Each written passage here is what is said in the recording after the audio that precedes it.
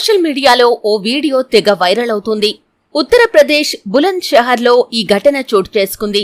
స్థానిక police station ఆవరణలో ఇటీవల ఓ రోజు ఓ కోతి ఎండవేడి కారణంగా తీవ్ర అస్వస్థతకు గురైంది.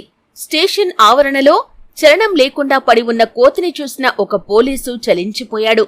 అంతటితో ఆగకుండా పరుగు పరుగున కోతి వద్దకు వెళ్లి దాన్ని నీడలోకి తీసుకొచ్చాడు.